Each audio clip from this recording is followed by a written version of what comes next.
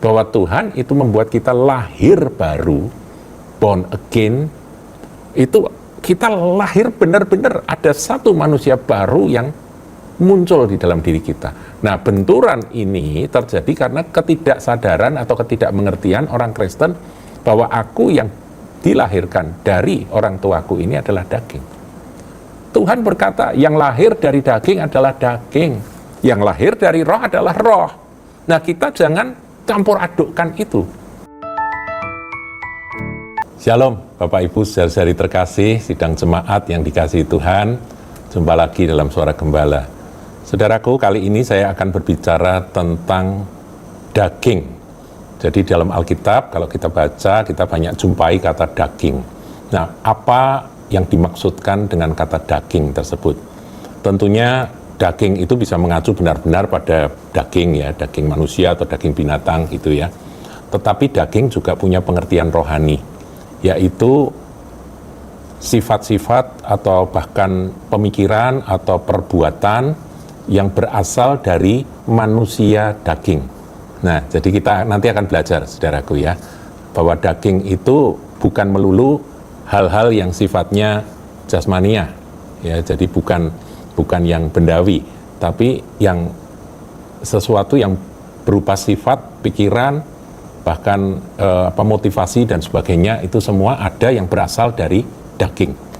Nah, kita lihat dalam Galatia 5 ayatnya yang ke-16. Ini judul perikopnya, hidup menurut daging atau roh.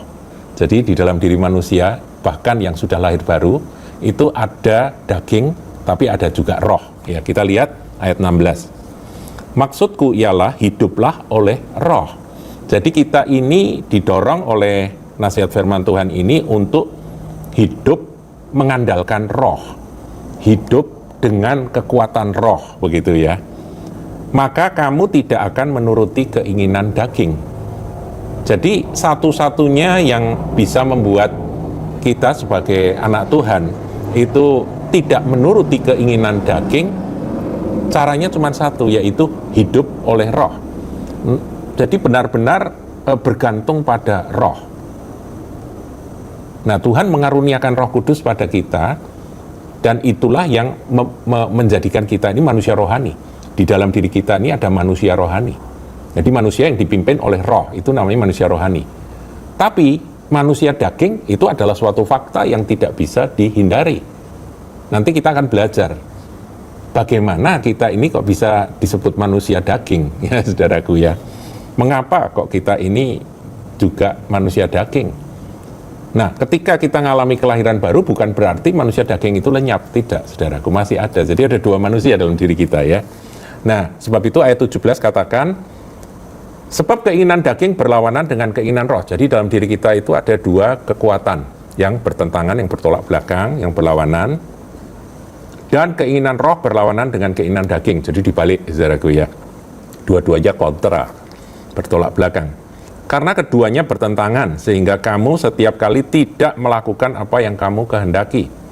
Kita sebagai anak-anak Tuhan itu sebenarnya punya kerinduan, punya kehendak untuk hidup menurut pada apa yang menjadi keinginan Tuhan, apa yang menjadi kehendak Tuhan, apa yang menjadi firman Tuhan. Kita rindu untuk menuruti. Tapi karena ada daging, ada manusia daging, manusia lama ini, maka kita setiap kali melakukan hal-hal yang ya bodoh atau tolol atau sesuatu yang sebetulnya bukan itu yang aku mau lakukan, tapi ternyata tanpa sadar ya melakukan hal-hal seperti itu, demikian ya. Nah, makanya disebut kalau orang itu anak Tuhan, hamba Tuhan itu melakukan hal-hal yang menjijikkan, itu biasanya disebut jatuh, begitu saudaraku ya. Karena sebetulnya bukan itu kerinduannya untuk melakukan hal itu. Nah, kalau sudah ditanya biasanya jawabannya, aku yang tidak pengen jatuh gitu ya. Itu pembelaan diri biasanya.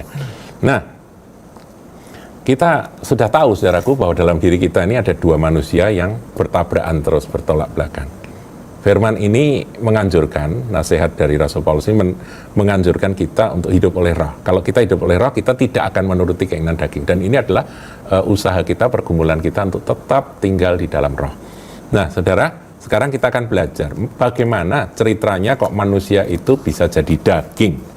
Nah, ini perlu kita lihat di Kejadian 6 ayat yang ketiga. Jadi ini kisah lama dari nenek moyang kita, yaitu Adam dan Hawa yang jatuh ke dalam dosa, kemudian dosa bekerja begitu rupa sehingga manusia menjadi jahat. Saudara, di sini dikatakan Kejadian 5 ayat yang ketiga, saudara. Berfirmanlah Tuhan, rohku tidak akan selama-lamanya tinggal di dalam manusia, karena manusia itu adalah daging. Ya. Saya ulangi ya, berfirmanlah Tuhan, rohku tidak akan selama-lamanya tinggal dalam manusia, karena manusia itu adalah apa, saudara? Daging. Tetapi umurnya akan 120 tahun saja. Menarik untuk direnungkan kalimat ini. Jadi rupa-rupanya roh Tuhan, ya Roh Kudus itu berusaha untuk memperbaiki. Kalau saudara bandingkan dengan terjemahan bahasa Inggrisnya, versi King James, itu kata tinggal selama-lamanya itu, ya selama-lamanya tinggal dalam manusia itu pakai kata strive. Jadi rohku tidak akan selama-lamanya bergumul di dalam manusia, strive, bergumul. Nah, kita sekarang memahami, saudaraku, bahwa ayat ini sebetulnya merupakan gambaran dari sebuah usaha Tuhan untuk mengubah manusia.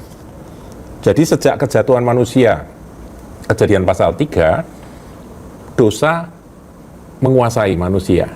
Benih dosa itu ada di dalam diri manusia, dan keturunan Adam itu terus-menerus, dan dosa itu semakin berkembang biak.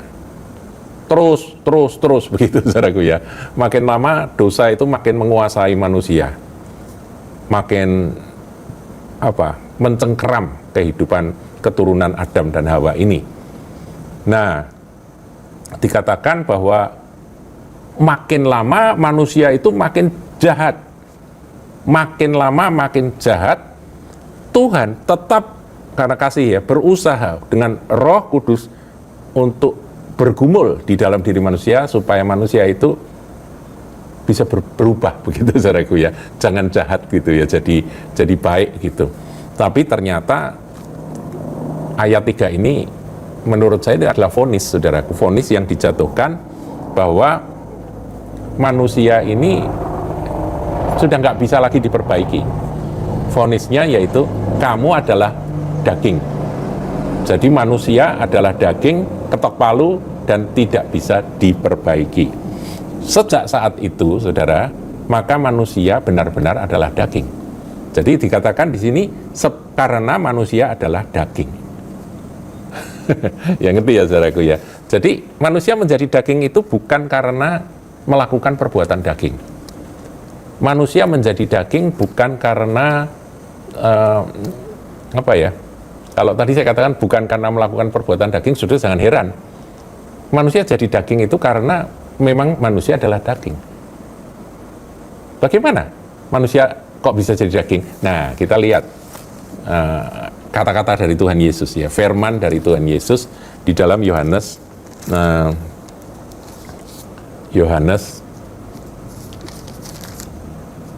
3 ayat yang ke-6.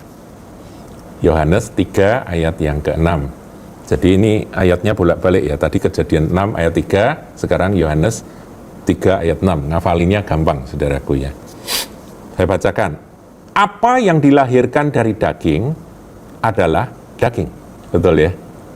Ini kata-kata Tuhan loh. Dan apa yang dilahirkan dari roh adalah roh. Jadi manusia, termasuk saudara, termasuk saya ini, harus mengakui bahwa kita adalah daging. Itu bukan karena perbuatan kita. Bukan, tapi karena kelahiran kita. Jadi saudara jangan mikir bahwa kita ini bukan daging, kemudian karena kita melakukan perbuatan daging, baru jadi daging. Tidak demikian logikanya. Dari ayat-ayat yang tadi kita baca, vonis itu sudah dijatuhkan. Kejadian 6 ayat 3, Tuhan berkata manusia daging, sudah. Roh Tuhan pun tidak bisa memperbaiki daging, menjadi bukan daging. Oleh sebab itu nanti kita akan lihat bahwa nasib dari daging itu kalau kita mau selesai dengan masalah daging dalam diri kita, kembali ke Galatia, saudaraku, daging itu nasibnya adalah disalibkan. Kita lihat ya, Galati 5 ayat yang ke-24. Saya bacakan. Barang siapa menjadi milik Kristus Yesus, saudara dan saya kan milik Kristus Yesus, ia telah menyalibkan daging dengan segala hawa nafsu dan keinginannya. Jadi kita harus menyadari bahwa daging ini nggak bisa diperbaiki. Dalam diri kita ada dua manusia, yang satu manusia lama yaitu daging, dan satu manusia baru. Kalau manusia lama ini nggak bisa diperbaiki lagi. Nah, terkecohnya banyak orang Kristen adalah berusaha memperbaiki manusia lama.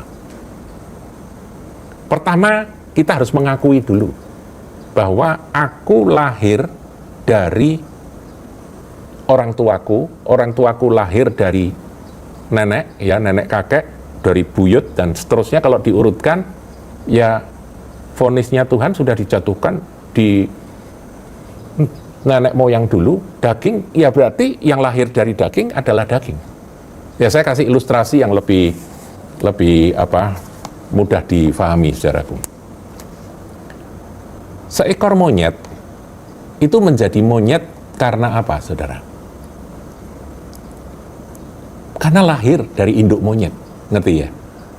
Jadi monyet itu mau saudara latih kayak apa sehingga dia serupa manusia, dia tidak bisa menjadi manusia. Mirip manusia bisa.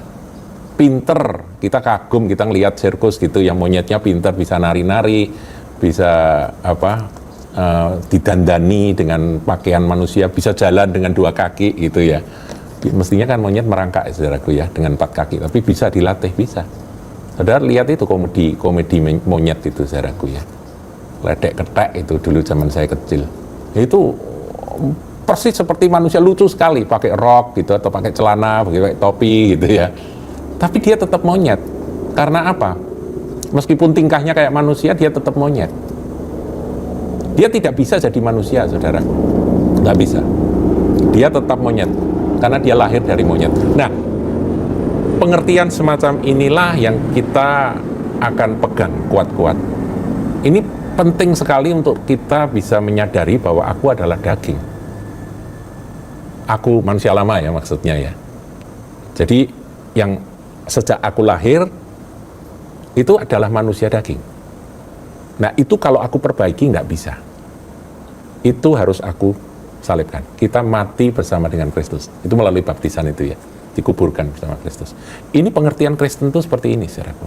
Nah manusia baru itu meskipun tempatnya sama, orangnya sama, ya ini apanya, bentuk tubuhnya tidak berbeda, tapi sebetulnya pengertiannya berbedanya setajam ini, saudara.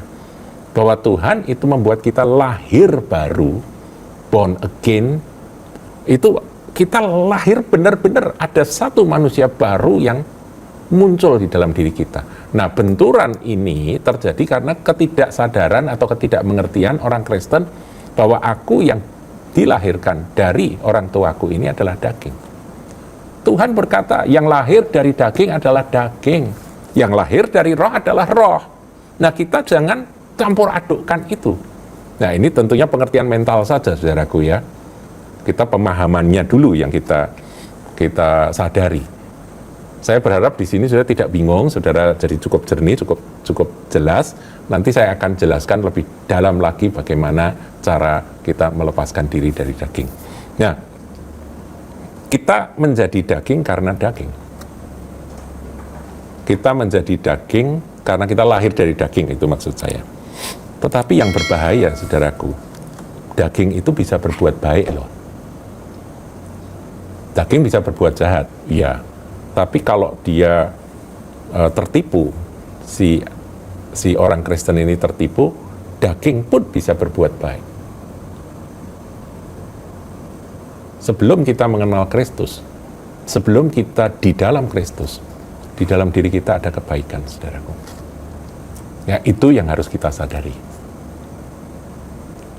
Saya berkali-kali katakan, kalau kita menyalibkan manusia lama atau menyalibkan daging, salib itu ya, saudara, kita tersalib. orang yang tersalib itu bisa berbuat jahat atau enggak? Enggak bisa. Itu aja pemahaman kita biasanya. Aku sudah tersalib, aku enggak bisa lagi melakukan dosa-dosa karena aku sudah mati, aku sudah tersalib. Ku telah mati dan tinggalkan ya cara hidupku yang lama. Biasanya orang Kristen hanya sampai di situ. Tapi kalau terus ngomong, kalau orang disalib itu bisa berbuat baik apa enggak? Ayo.